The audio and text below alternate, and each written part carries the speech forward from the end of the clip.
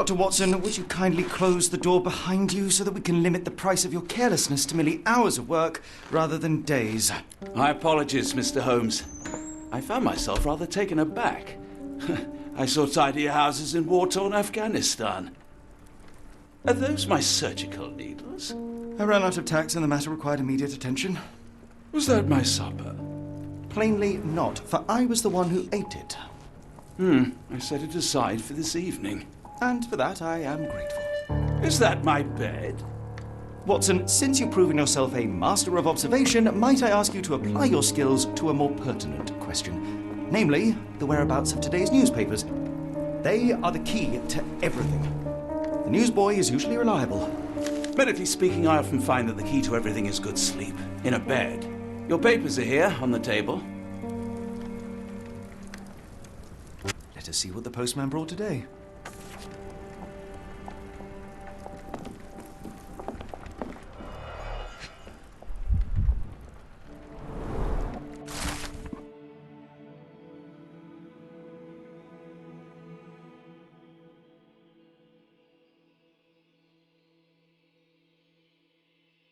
Local gossip, all of it uninteresting.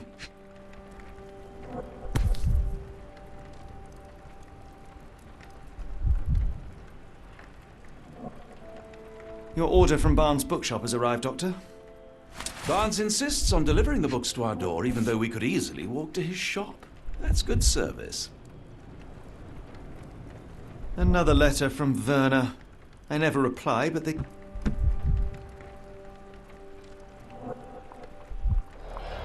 I don't see the Strand. Where is it? Pardon me? I am on the precipice of uncovering a pattern of crime across London spanning many months and involving many men. The missing paper cannot be a coincidence. That's preposterous. My dear fellow, life is infinitely stranger than anything which the mind of man can invent. Well, life used your newspaper to wipe its posterior, so after that unpleasant discovery this morning, I disposed of it. But in lieu of the Strand, perhaps I can deliver you something equally tantalizing. I have just returned from a patient of mine, Captain Stemwick, who... No, that will not do. Grab your coat, Dr. Watson. Let us hope nobody has collected the dustbin.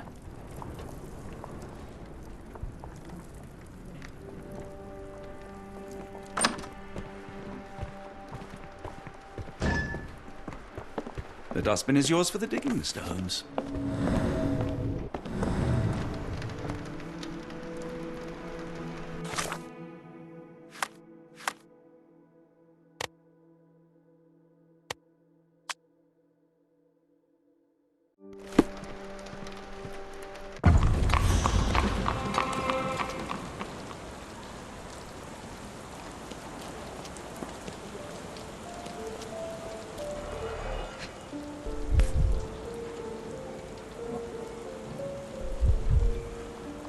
A cactus spine. If it gets in your skin, it's awfully tricky to remove, and when laced with poison, the perfect assassination tool.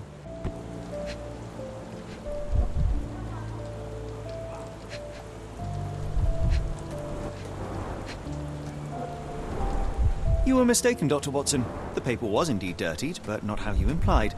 It's potting soil. See, Watson? The conspiracy is real. Someone tried to poison me. Poison? You? That's madness. Get the Strand. Get your copy of the Strand here. Sorry, Mr. Holmes. I just sold my last paper. Blast. Then why are you still here? Boss pays by the hour. No sense in returning early. You're a bright child. I presume you see everything that goes on around here? Nothing gets past me, mister. Then tell me, did you notice anyone suspicious at my door this morning? Like the man with your newspaper? Precisely. What do you know? I know the value of a shilling. Dr. Watson. Cool, now I can take the day off. Can you describe the man you saw? He was carrying a lot of books. Up to his chin they were. Never heard of a well-read assassin. Looks can deceive. Hence the appeal of disguises. Did you see what he was up to? Nah, not really. I saw him approaching your house, but I had a customer. Then there's a loud bang. I ducked down. Not because I was scared, because I wasn't. I had to protect the merchandise. And all I could see was him kneeling at your door. Which way did he go? Not sure. I was distracted by customers. Sorry. All right. You earned your shilling. That'll be all. Thanks, Mr. Holmes. Maybe I could be your eyes and ears, if you have more shillings.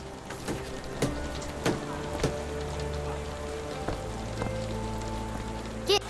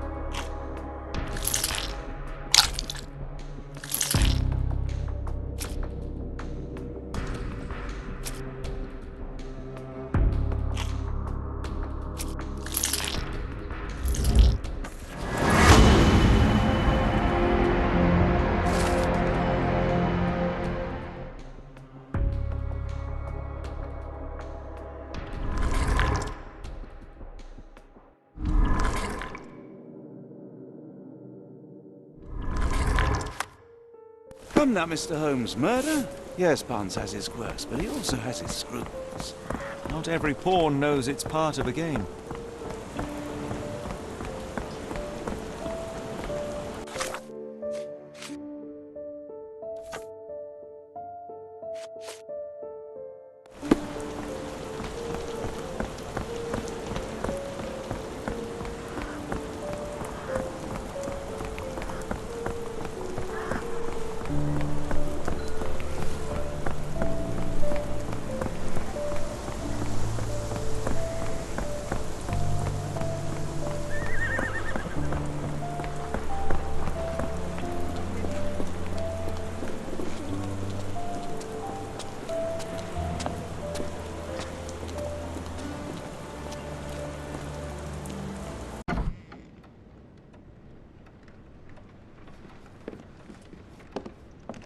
A ruined newspaper is hardly the end of the world. We can always buy another.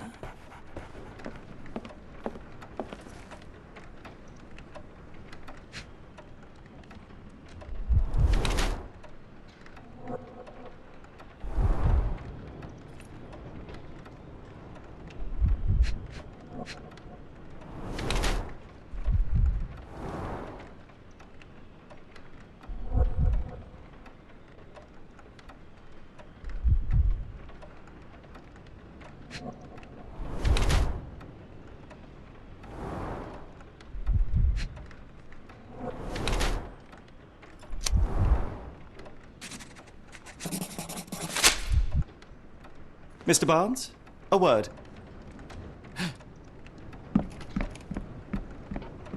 Ah, for goodness sake.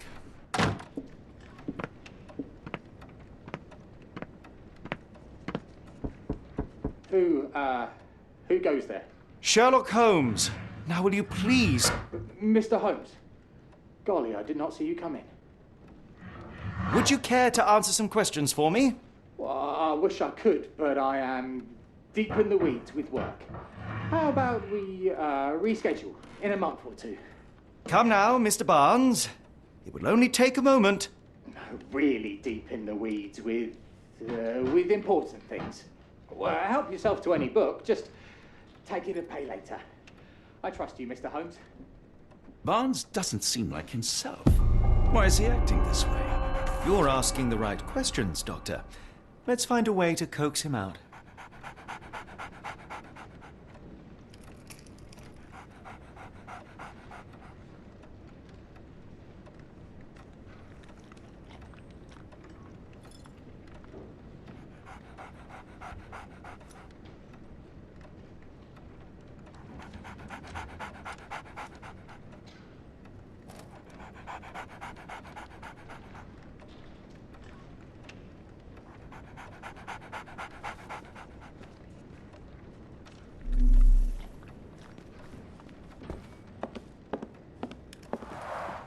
The ladder is broken, recently, judging by the freshness of the wood.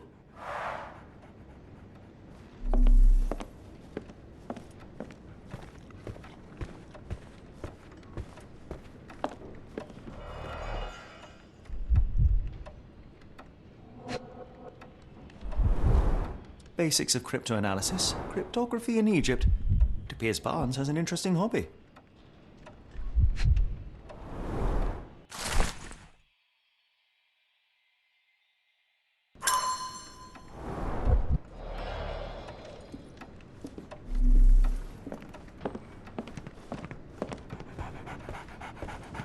So, Barnes has a dog now.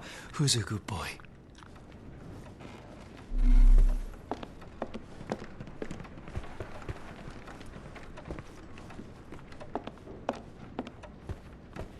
I could hardly imagine anything more macabre.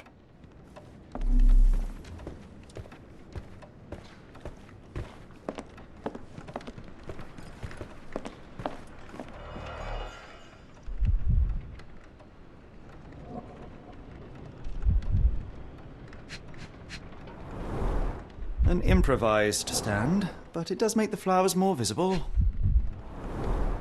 In the language of Mycroft's secret agents, it's a sign. Dried flowers are replaced when the job is done. I wonder who the recipient is.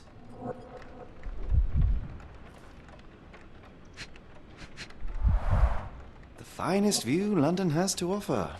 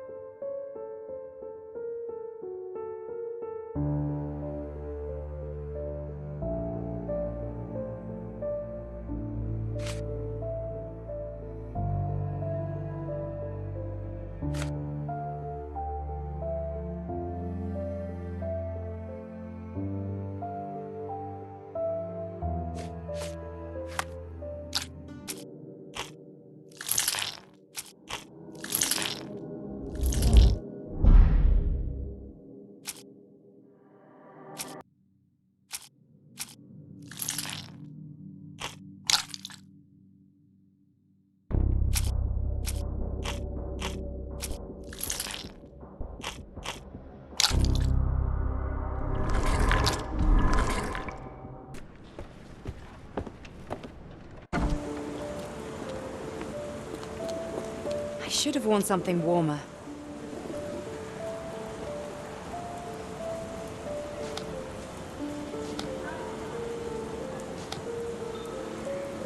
People don't tend to come out for flowers when it rains. Perhaps I should try selling door to door. Have a look at my flowers. They will not bite unless you touch their thorns. Have a look at my flowers. They will not bite unless you touch their thorns. Encouraging people to stop and smell the roses? Our national emblem. God save the Queen.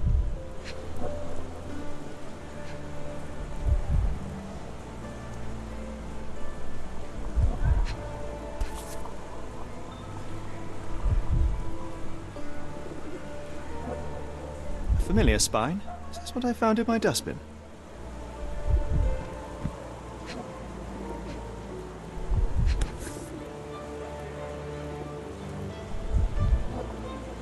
The pot is damaged. The blow was severe, but softened by something.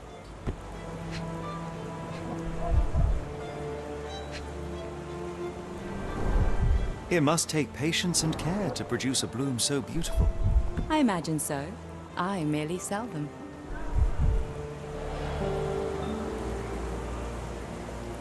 Anything tickle your fancy, Mr. Holmes?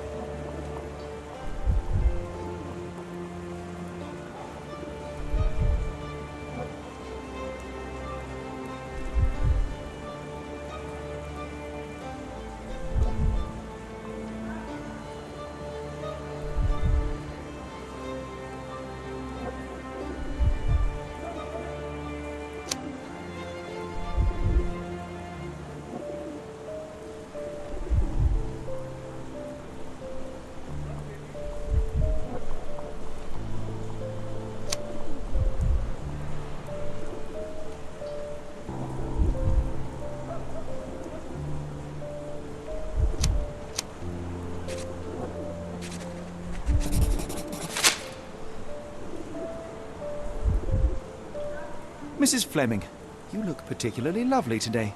Is there a reason? Does a woman need a reason to look or feel beautiful? No, but your distant look suggests you seek one man's gaze in particular. Who told you that? Nobody. Merely a keen eye and some simple deduction. Well, I'll kindly ask you to keep your keen eye to yourself, Mr. Holmes.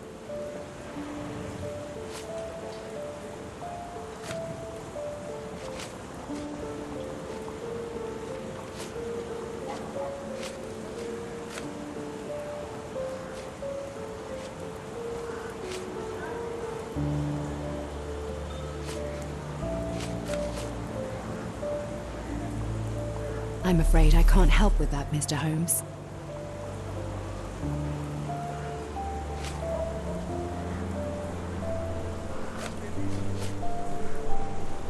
What do you make of the flowers in Barnes' shop window? Well, they could use a bit of water. Do they mean anything to you? Mean anything how? I'm not sure I follow, Mr. Holmes. Why do you think they're there? Are you suggesting the flowers are for me? It seems likely, does it not? Oh, I hope you're right.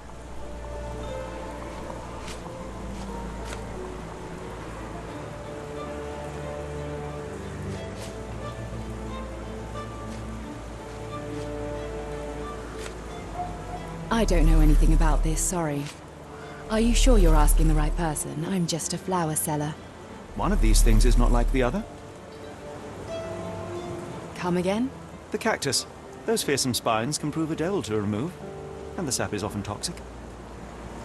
And a rose thorn can give you tetanus, but we still grow them.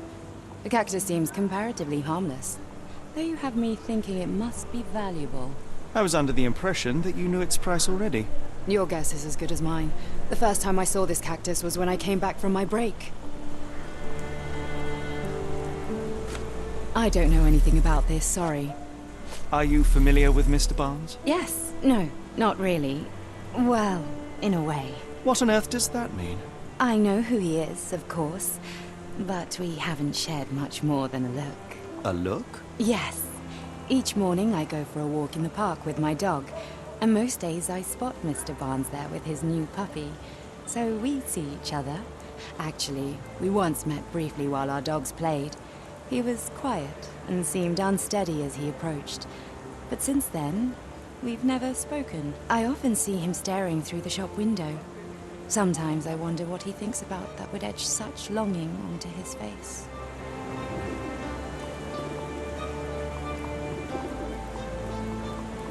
Have a look at my flowers. They will not bite, unless you touch their thorns. Barnes has always been a little odd, but this is uncharacteristic even for him. So, Barnes has a dog now. Who's a good boy?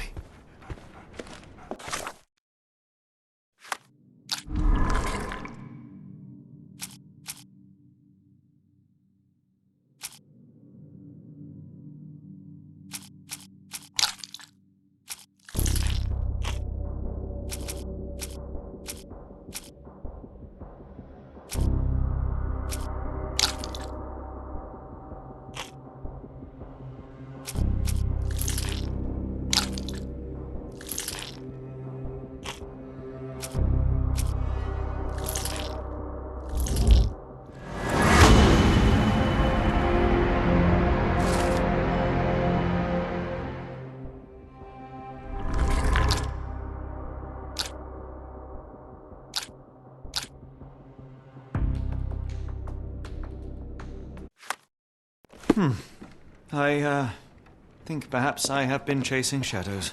Do not despair, Mr. Holmes. Even the best of us make mistakes. We better tell Mr. Barnes what we've learned.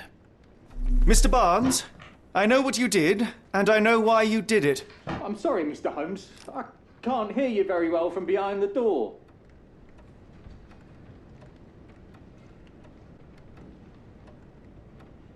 I couldn't read this morning's edition of The Strand because it was covered in soil and spines. I know you dropped a cactus on it and then fled. You ordered a cactus from the plant catalogue and then left it for Mrs. Fleming as a gift. You place flowers in the window to get her attention and wear high heels to appear taller and more desirable. You are her secret admirer. Barnes, it's Dr. Watson. Rest assured we are not interested in disclosing your personal affairs to anyone, including Mrs. Fleming. Please come out. All right, then.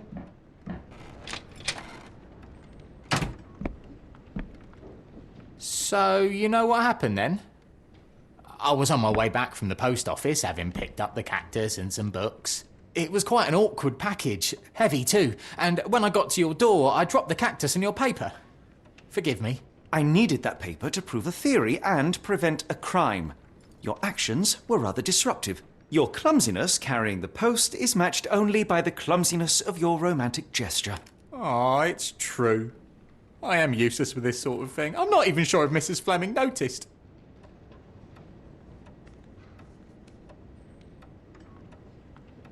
As in most things in life, truth is the answer. Cease with the abstruse signals and anonymous gifts, and simply talk to the woman. What is the worst that can happen? She rejects you, and you are freed from this endless purgatory. That... Yes, you are correct, of course. I do have a slight tendency to overthink things. Thank you. So, at last, we return to the matter of the paper. I'm investigating a string of burglaries. Did you perhaps read of any before the edition was spoiled? I don't recall, but you're welcome to read our copy for yourself. You had an issue of The Strand here all along? Well, naturally. I am a bookseller. I have a subscription to every magazine and newspaper in London. So you ought to be familiar with the concept of burying the lead. Oh no, my apologies, Mr. Holmes. I'll make it up to you however I can. I am an expert on obscure languages and translation and Yes, okay. Just give me the paper.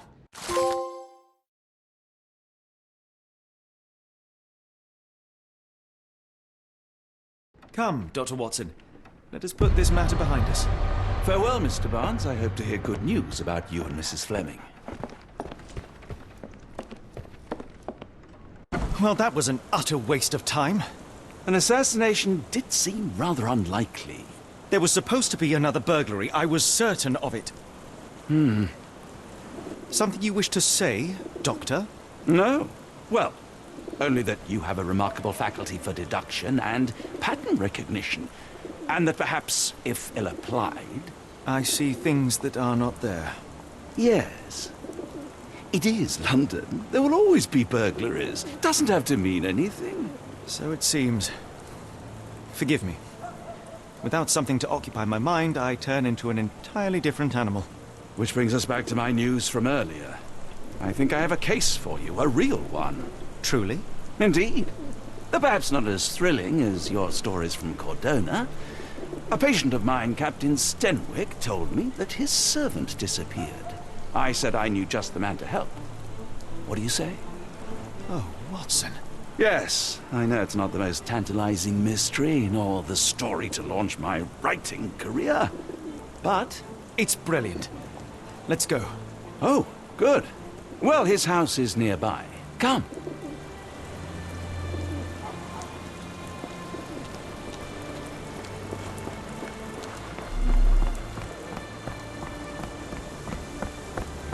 Not much further now.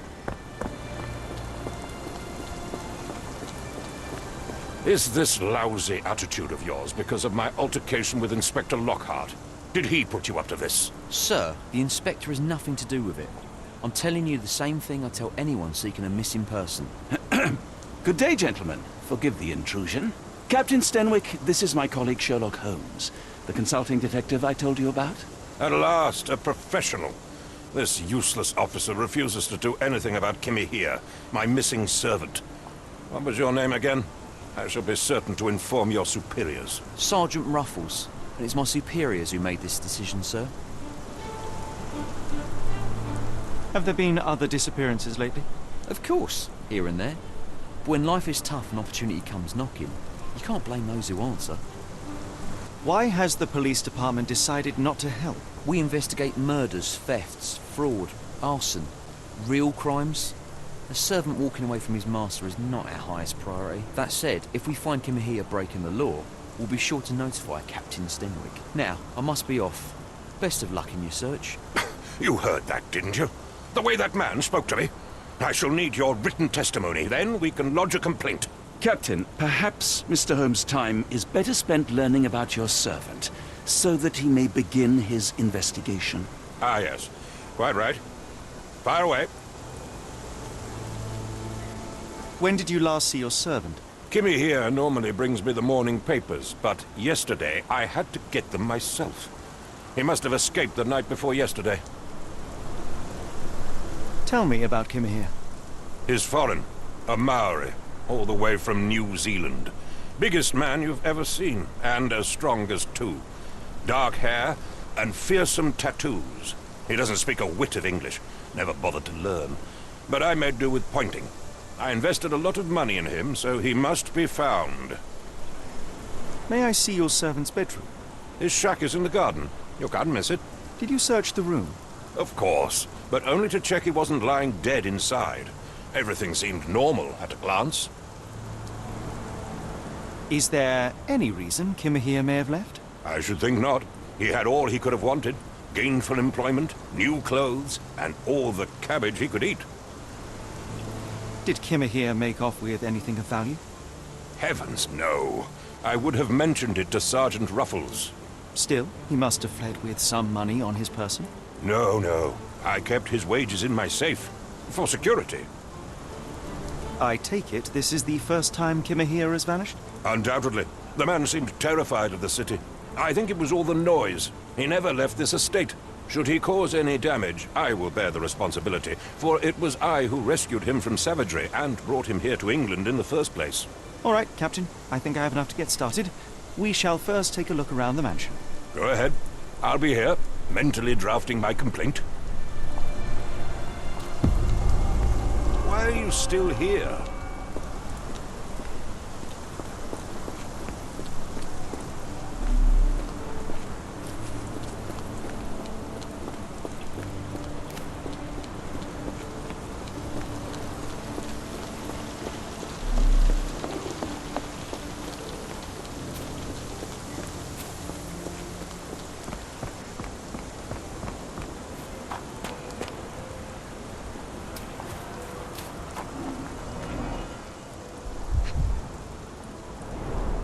Chewing tobacco.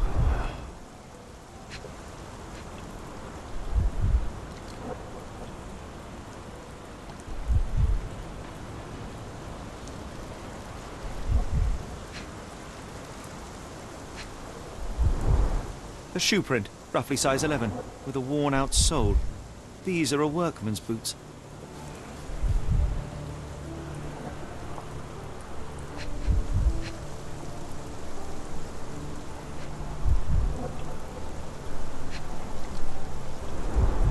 Chewing tobacco.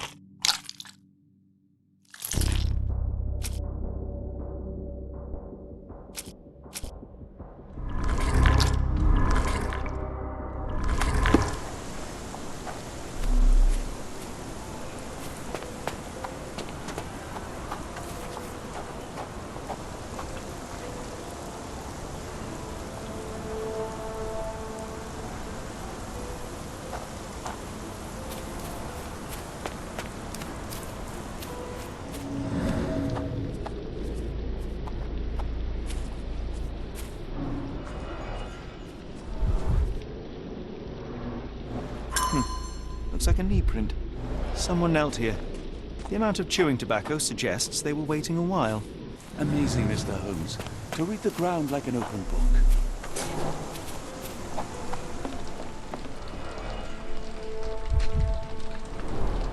A scrap of Hessian.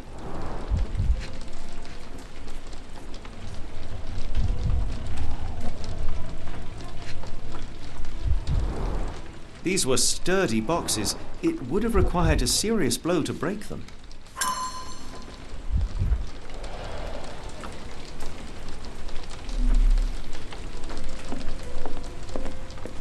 No air coming through it. Button chops, the remains of a meal.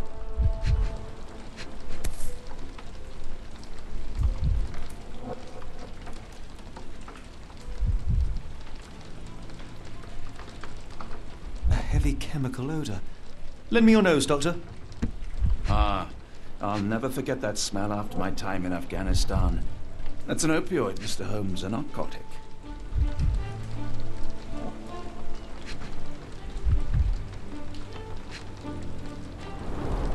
The ashes are long since cold.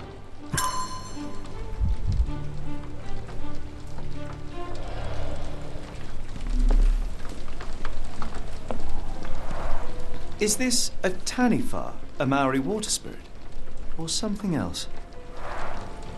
Either way, it's giving me chills.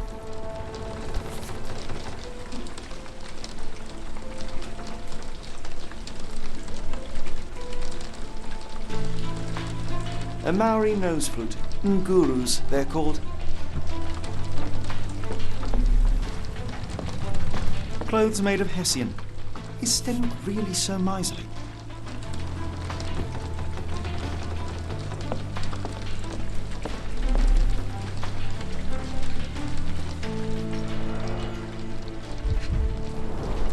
Impressive. The sack of grain retained the shape of an impact.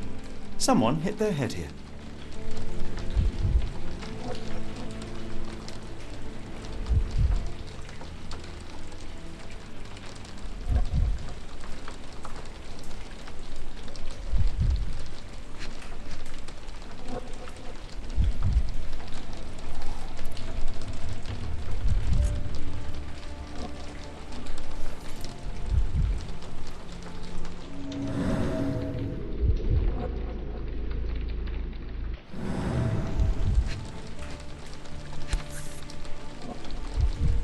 A small navy spyglass.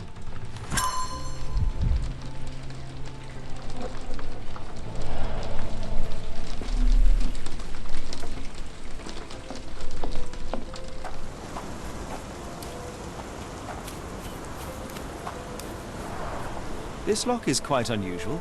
It appears that the key should be bent to the right.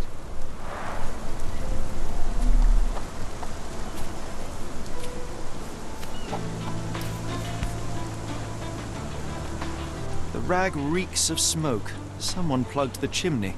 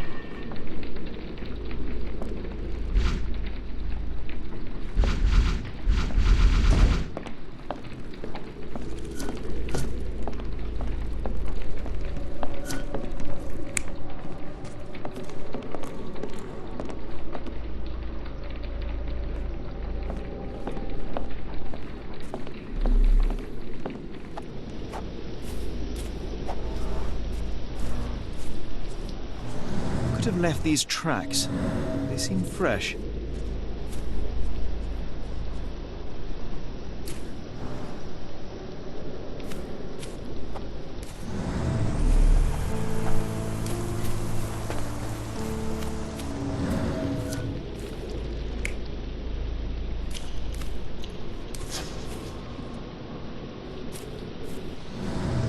Stenwick makes his servant live in a tool shed. You think you know someone.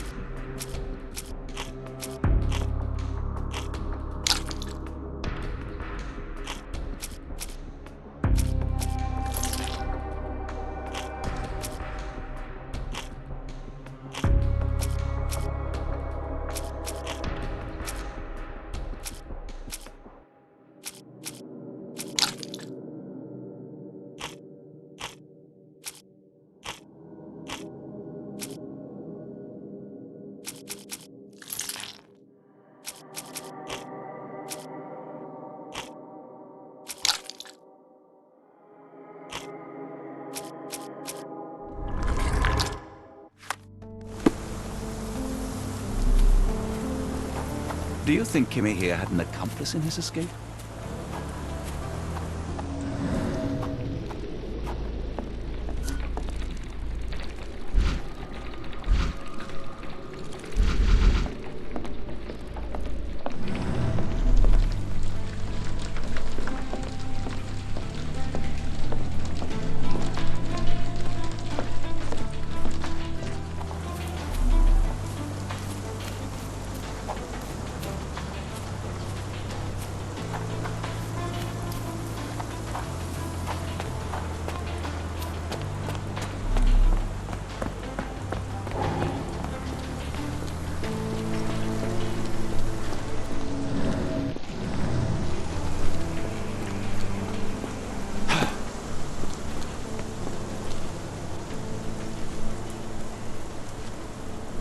Are you joking? Why would I know this? I thought you were meant to be intelligent. Are you joking? Why would I know this? Is this spyglass familiar? I don't recognize it. Could it be Kimahir's, perhaps? I doubt it. I never saw him with it, nor could I suggest how he might have come by it. I came across a pile of Hessian clothes in the shack. Are they Kimahir's? Yes, I had to give him something to clothe himself.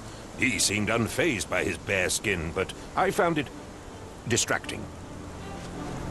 Has Kimahir ever indulged in tobacco? No, the man doesn't even drink. Are you certain? I found chewing tobacco in the garden. I controlled Kimahir's expenses since he struggled with the currency. I would have known if he used tobacco. Where on earth are you going with this? Where on earth are you going with this? The door to your garden has an interesting lock. Yes, I have uncommon locks on every door of my mansion. It makes them harder to pick. Kimahir and I both had a set of keys. I'll need to borrow them. No, you'll need to do what I tell you to do. Examine the garden. Where on earth are you going with this? Do you happen to know Kimahir's shoe size? I wouldn't have the foggiest, but I'm sure it was enormous. Not that it matters. He spent his life barefoot. Despite my best efforts, he simply did not take to shoes.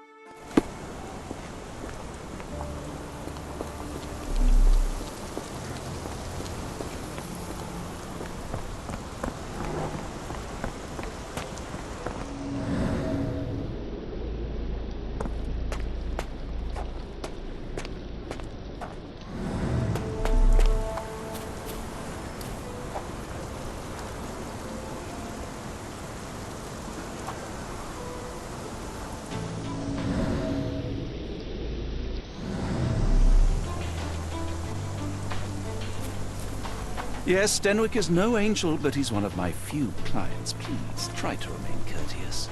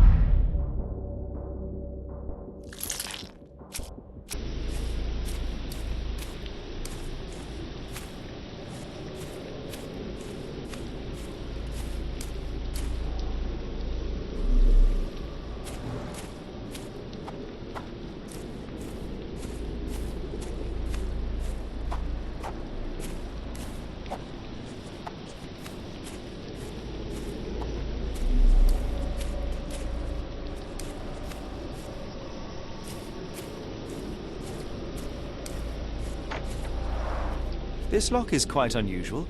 It appears that the key should be bent to the right.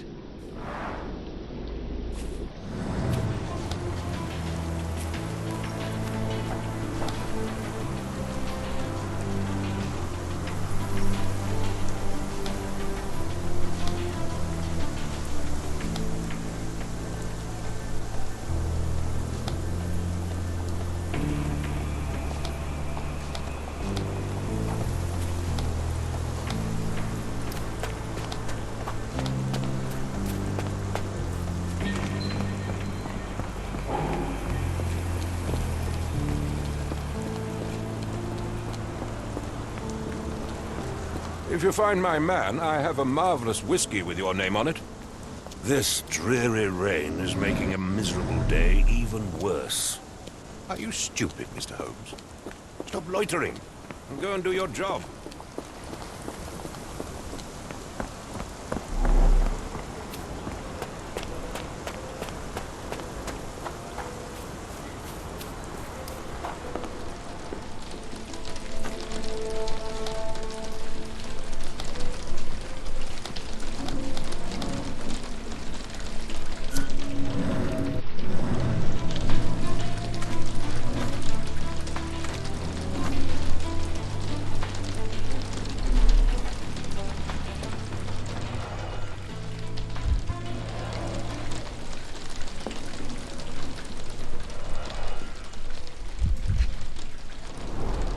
Impressive. The sack of grain retained the shape of an impact.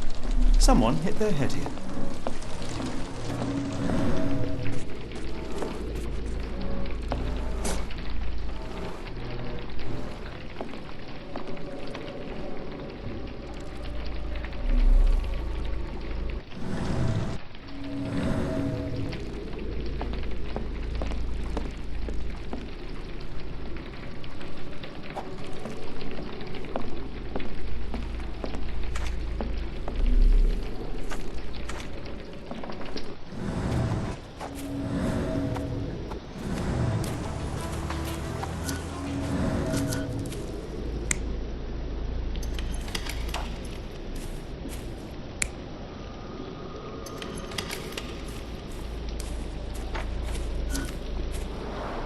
This lock is quite unusual. It appears that the key should be bent to the right.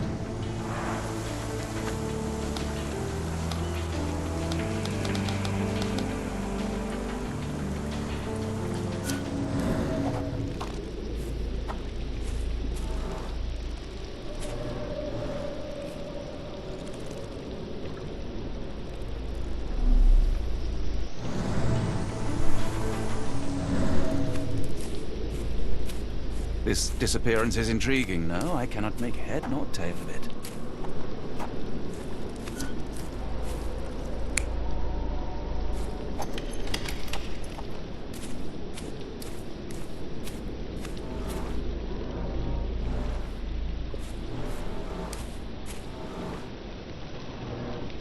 Someone moved a cart to this spot and then took it elsewhere. Can't see it anywhere in the garden.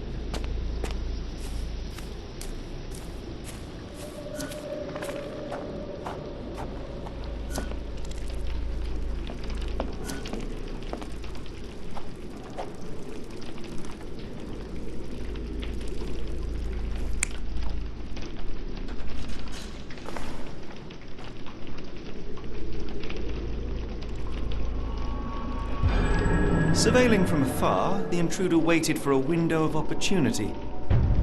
When Kimahir went to sleep, the man crept up to the shack and slipped narcotics down the chimney pipe, then blocked it with a cloth. Kimahir inhaled the sedative and fell into a deep sleep. The intruder tried to move him, but the man was heavier than expected. The intruder fell on the sack and dropped his spyglass. In order to transport the servant, he had to use the cart. The final challenge was opening the garden door. Luckily for our intruder, Kimahir had the key in his shack.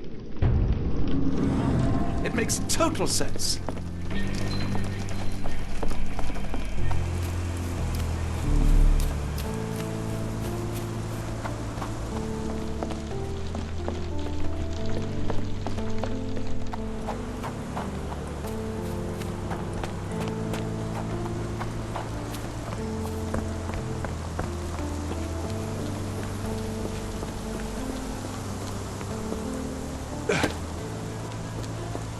You'd best have found something by now, gentlemen.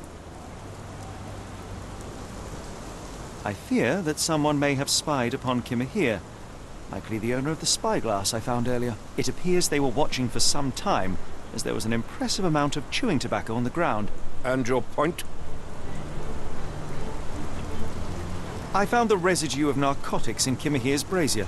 There are several explanations, perhaps your servant's recreational interest, or an attempt at poisoning. Cut to the chase, Mr. Holmes. You said that you checked the shack earlier. Did you notice the cart tracks near it? Now, one ought to expect a servant to make regular use of such a thing. Indeed, I would have overlooked the detail were it not for the cart's absence. If, as you say, Kimahir never leaves your estate, then where did it go? I expect answers from you, Mr. Holmes, not questions. I won't keep you in suspense any longer, Captain. Kimahir was abducted by the owner of the spyglass. When your servant fell asleep, he slipped a narcotic into Kimahir's brazier to make him sleep even more soundly. In order to carry a man as large as Kimahir, the intruder stole the cart and rolled him right out of your garden. Now, hold on. All this simply to tell me what I already know? Why haven't you found him yet? I only arrived a moment ago. It is, frankly, incredible that I have already deduced so much. Every second you dawdle here, waiting for me to stroke your ego, is another second wasted. I'm not interested in the how, the why, or the who. I am only interested in recovering my investment. Spare me the claptrap, boy, and go and fetch my servant.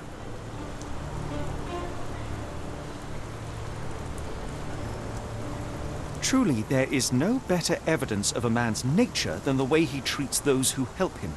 And you, sir, are a brute. The cruelty of your ignorance about the Maori people, your selfish attitude to a man's kidnapping. The point is, Captain, we're telling you this for a reason. The intruder fled through the garden door, and we need a key to follow his trail. Well, then you should have led with that. Here you go. I hope you'll return soon with good news. And in the meantime, please teach your companion the art of brevity.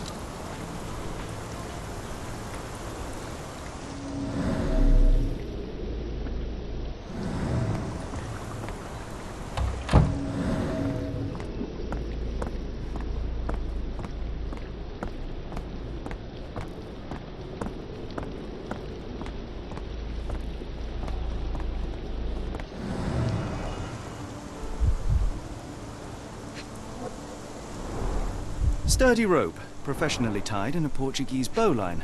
This knot is often used by sailors to create a bosun's chair. Wheels picked up grass along the way. Kimahir's cart, I gather.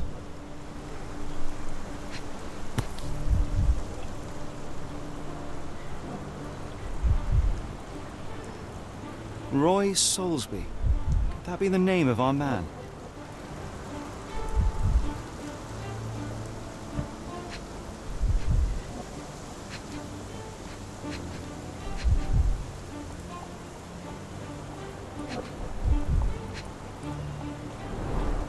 Wheels picked up grass along the way. Kimahir's cart, I gather.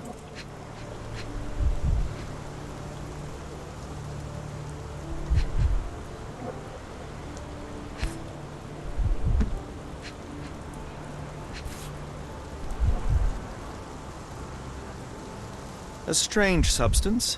I have my suspicions based on the colour and consistency, but would you care to hazard a guess, Doctor? Well, it's odorless, but from the way it absorbs water, I'd say saltpeter. Then we're in agreement. Well done.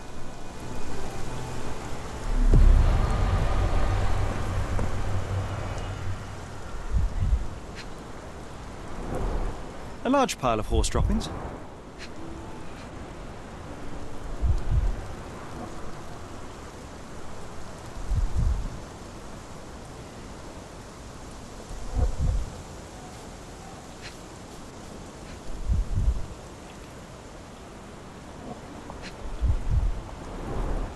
Many cigarette butts. Someone stood here for hours. There was a cab waiting here. Our abductor slipped in and then off into the night.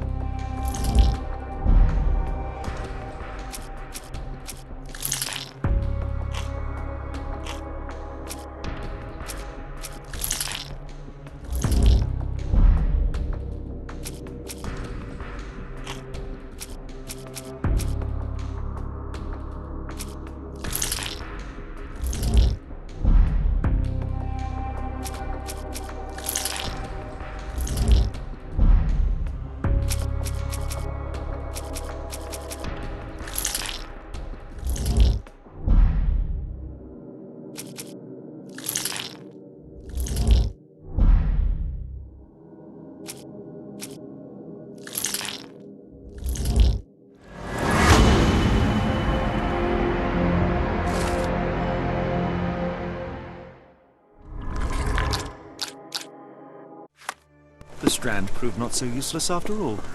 The saltpeter accident. Doctor, do you recall? The Port of London, of course. The footwear, the spyglass. Indeed. We shall need to take a cab there. Are you stupid, Mr. Holmes? Stop loitering and go and do your job.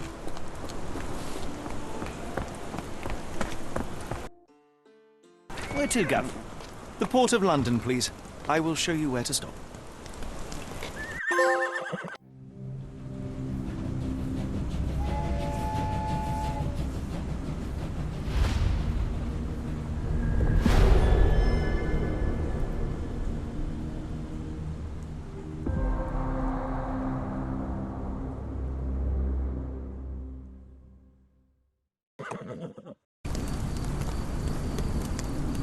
Mr. Holmes, what a compelling mystery we have stumbled upon. Perhaps I have the premise. of my next novel. One kidnapping does not a story make. Stop! A black cat crossed before us. It's a bad omen. I did not take you for the superstitious type, Doctor. Such things are mere fantasies, tricks of a feeble mind. One imagines a physician would keep a surer footing in reality. Perhaps. Before the war, my time abroad was difficult. Once, I came across an Afghan, bleeding, who I could not save. He pressed a rosary into my hand. A gift, he said, so as to gain God's favor. After that... Dr. Watson? Yes, well, I shan't get into details, but sometime later I found myself lost in the desert. Dehydration set in, and things grew ever more dire. The man's words came to me. I said a prayer and placed the rosary on a rock. A gift to gain God's favor. And you were rescued. Yes. A detachment of British soldiers found me. To whom I'm grateful. Without their diligence, you would not be standing here and I would not have this case. I'm sure you have another explanation prepared, Mr. Holmes, but I think I shall cling to the occasional superstition all the same. To each his own, Dr. Watson. So long as it does not interfere with my methods, do it. We must press on, cat or no cat. The question remains, why abduct Kimmy here?